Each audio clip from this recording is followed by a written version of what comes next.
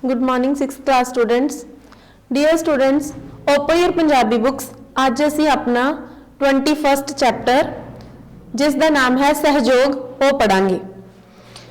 Dear student, सहयोग तो भाव है मिलवर्तन, भाव के रल मिल के काम करना. चलो हुण असी अज अपना ये चैप्टर शुरू करते हैं.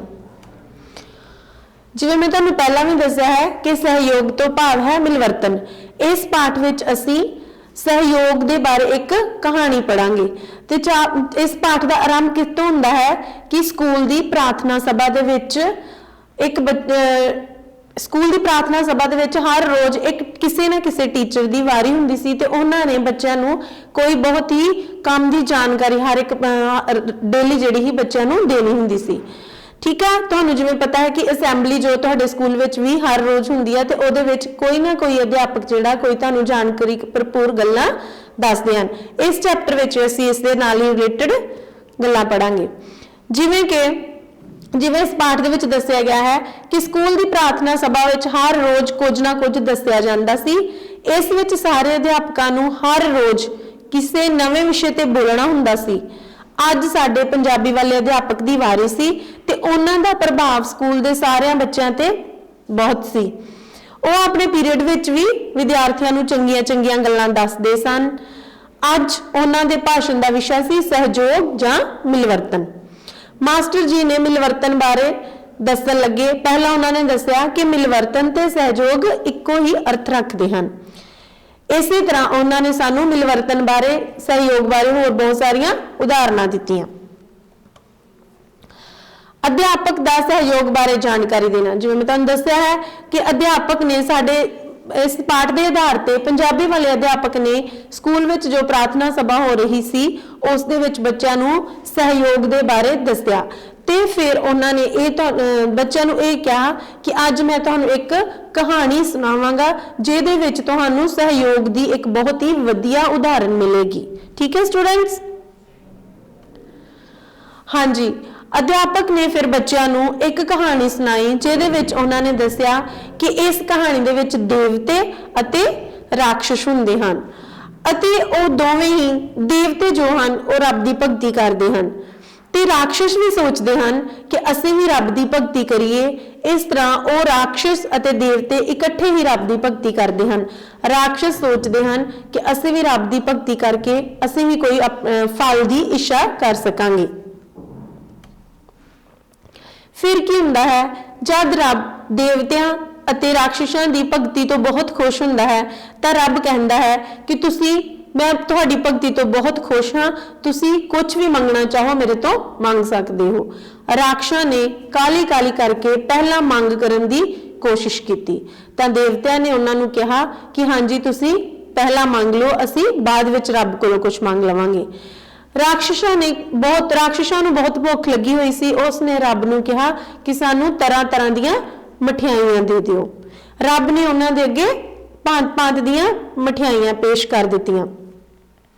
पर गल की हुई कि रब ने एक शर्त लगा दी कि तुसी ये मिठाइयां अपने हत्थां नाल नहीं खानियां. देवतियां ने बिना सोचे समझे हफड़ा दफड़ी विच काम करना शुरू कर दिता. वो की करदे अपने हथ नाल मिठाई नहीं सी खा सकते, इस करके वो एक टुकड़ा मठियाई का लैके उपर नूं उछाल दे ते फिर उन्हां दे मूँह दे विच मठियाई जे मठियाई उन्हां दे मूँह विच पै जांदी वो खा लैंदे ते बहुत सारी मठियाई उन्हां दी वेस्ट हो गई ते जमीन दे उपर खिलर गई. भाव कि उन्होंने सोच समझ तो काम नहीं लिया, सगों उन्होंने हफड़ा दफड़ी ते काली काली विच मठियाई खाण लग पे.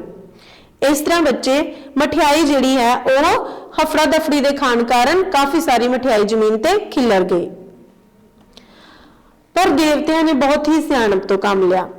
उन्होंने आमो सामने देवतिया ने दो कतारां बना लिया. कतारां तो भाव लाइनां. वो आमो सामने दो लाइनां विच बैठ गए अते एक देवता दूसरे दे मूँह विच मिठाई पाउण लगा अते दूसरा दूसरे दे मूँह विच. इस तरह उन्होंने बहुत ही सियाणप नाल मठियाई खाधी ते बिल्कुल भी मठियाई जिहड़ी है वो वेस्ट नहीं की. इस तो पता लगता है कि उन्होंने सियाणप अते सहयोग तो काम लिया.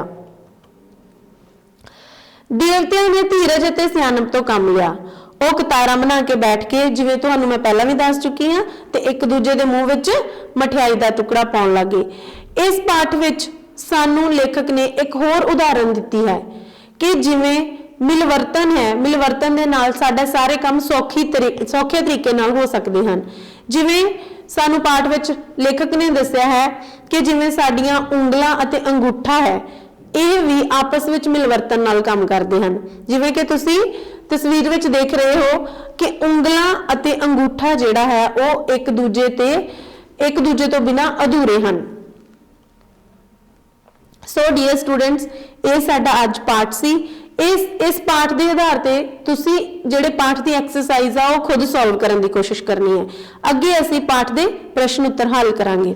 ਸਭ ਤੋਂ ਪਹਿਲਾਂ ਛੋਟੇ ਉੱਤਰਾਂ ਵਾਲੇ ਪ੍ਰਸ਼ਨ।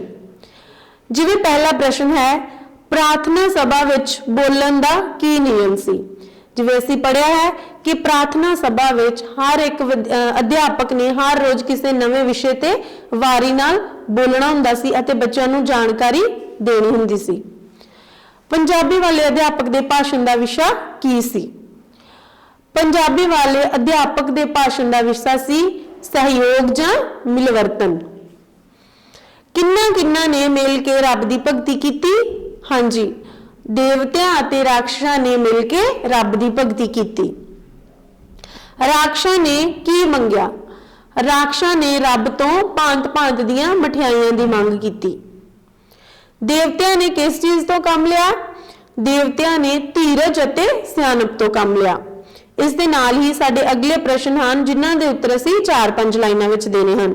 ਸਭ ਤੋਂ ਪਹਿਲਾ ਪ੍ਰਸ਼ਨ ਹੈ, ਪ੍ਰਾਰਥਨਾ ਸਭਾ ਵਿੱਚ ਕੀ ਹੁੰਦਾ ਸੀ? ਇਸ ਪਾਠ ਦੇ ਆਧਾਰ ਤੇ ਅਸੀਂ ਦੱਸਦੇ ਹਾਂ ਕਿ ਪ੍ਰਾਰਥਨਾ ਸਭਾ ਵਿੱਚ ਹਰ ਇੱਕ ਅਧਿਆਪਕ ਨੇ ਵਾਰੀ ਦੇ ਨਾਲ ਜੋ ਰੋਜ਼ਾਨਾ ਪ੍ਰਾਰਥਨਾ ਹੁੰਦੀ ਸੀ ਉਸ ਦੇ ਵਿੱਚ ਬੱਚਿਆਂ ਨੂੰ ਨਵੇਂ ਤੋਂ ਨਵੇਂ ਵਿਸ਼ੇ ਬਾਰੇ ਜਾਣਕਾਰੀ ਦੇਣੀ ਹੁੰਦੀ ਸੀ ਤੇ ਬੱਚੇ ਹਰ ਰੋਜ਼ ਅਗਲੇ ਅਧਿਆਪਕ ਦੀ ਵਾਰੀ ਨੂੰ ਬੜੀ ਬੇਸਬਰੀ ਨਾਲ ਉਡੀਕ ਕਰਦੇ ਸਨ। ਤੇ ਅੱਜ ਪੰਜਾਬੀ ਵਾਲੇ ਅਧਿਆਪਕ ਦੀ ਵਾਰੀ ਸੀ ਜਿਨ੍ਹਾਂ ਦੇ ਬੋਲਣ ਦਾ ਵਿਸ਼ਾ ਸੀ ਸਹਿਯੋਗ ਜਾਂ ਮਿਲਵਰਤਨ। ਦੇਵਤਿਆਂ ਨੇ ਆਪਣੇ ਹੱਥ ਨਾਲ ਨਾ ਖਾਣ ਦੀ ਸ਼ਰਤ ਕਿਵੇਂ ਪੂਰੀ ਕੀਤੀ? ਜਿਵੇਂ ਅਸੀਂ ਚੈਪਟਰ ਵਿੱਚ ਪੜ੍ਹਿਆ ਹੈ ਕਿ ਦੇਵਤਿਆਂ ਨੇ ਬਹੁਤ ਹੀ ਸਿਆਣਪ ਤੋਂ ਕੰਮ ਲਿਆ। ਉਹਨਾਂ ਨੇ ਆਪਸ ਵਿੱਚ ਆਮੋ ਸਾਹਮਣੇ 2 ਲਾਈਨਾਂ ਬਣਾ ਲਈਆਂ ਤੇ ਇੱਕ ਦੂਜੇ ਦੇ ਮੂੰਹ ਵਿੱਚ ਮਠਿਆਈ ਪਾ ਕੇ ਉਹਨਾਂ ਨੇ ਇਹ ਸ਼ਰਤ ਪੂਰੀ ਕੀਤੀ ਅਤੇ ਆਰਾਮ ਦੇ ਨਾਲ ਬਿਨਾਂ ਹੀ ਮਠਿਆਈ ਨੂੰ ਖਰਾਬ ਕਰਨ ਤੋਂ ਖਾਣ ਲੱਗੇ। ਰਾਖਸ਼ਾਂ ਨੇ ਕੀ ਮੰਗ ਕੀਤੀ ਤੇ ਉਹ ਕਿਵੇਂ ਖਾਣ ਲੱਗੇ? ਰਾਖਸ਼ਾਂ ਨੇ ਰੱਬ ਤੋਂ ਭਾਂਤ ਦੀਆਂ ਮਠਿਆਈਆਂ ਦੀ ਮੰਗ ਕੀਤੀ ਪਰ ਉਹ ਬਿਨਾਂ ਹੌਸਲੇ ਦੇ ਹਫੜਾ ਦਫੜੀ ਵਿੱਚ ਕਾਲੀ ਖਾਣ ਲੱਗੇ ਤੇ ਉਹਨਾਂ ਨੇ ਬਹੁਤ ਸਾਰੀ ਮਠਿਆਈ ਖਰਾਬ ਕਰ ਦਿੱਤੀ। ਉਂਗਲਾਂ ਅਤੇ ਅੰਗੂਠੇ ਇੱਕ ਦੂਜੇ ਦਾ ਸਹਿਯੋਗ ਕਿਵੇਂ ਕਰਦੇ ਹਨ? ਉਂਗਲਾਂ ਅਤੇ ਅੰਗੂਠਾ ਜਿਹੜੇ ਦੋਨੋਂ ਹੀ ਉਹ ਆਪਸ ਵਿੱਚ ਮਿਲਵਰਤਨ ਨਾਲ ਕੰਮ ਕਰਦੇ ਹਨ। ਜਿਵੇਂ ਅਸੀਂ ਵੇਖ ਹੀ ਸਕਦੇ ਹਾਂ ਕਿ ਜੇ ਸਾਡਾ ਅੰਗੂਠਾ ਨਾ ਹੋਵੇ ਤੇ ਉਂਗਲਾਂ ਉਸ ਤੋਂ ਬਿਨਾਂ ਅਧੂਰੀਆਂ ਹਨ ਤੇ ਅੰਗੂਠੇ ਤੋਂ ਬਿਨਾਂ ਅਤੇ ਅੰਗੂਠਾ ਜੋ ਹੈ ਉਹ ਉਂਗਲਾਂ ਤੋਂ ਬਿਨਾਂ ਅਧੂਰਾ ਹੈ। ਇਸ ਤਰ੍ਹਾਂ ਸਾਨੂੰ ਆਪਸ ਵਿੱਚ ਵੀ ਸਹਿਯੋਗ ਨਾਲ ਕੰਮ ਕਰਨਾ ਚਾਹੀਦਾ ਹੈ ਤਾਂ ਹੀ ਅਸੀਂ ਹਰ ਇੱਕ ਕੰਮ ਆਪਣਾ ਜਿਹੜਾ ਹੈ ਉਹ ਧਿਆਨ ਨਾਲ ਤੇ ਚੰਗੀ ਤਰ੍ਹਾਂ ਕਰ ਸਕਦੇ ਹਾਂ। ਸੋ ਸਟੂਡੈਂਟਸ, ਇਹ ਸੀ ਸਾਡਾ ਅੱਜ ਦਾ ਚੈਪਟਰ। Okay, thank you.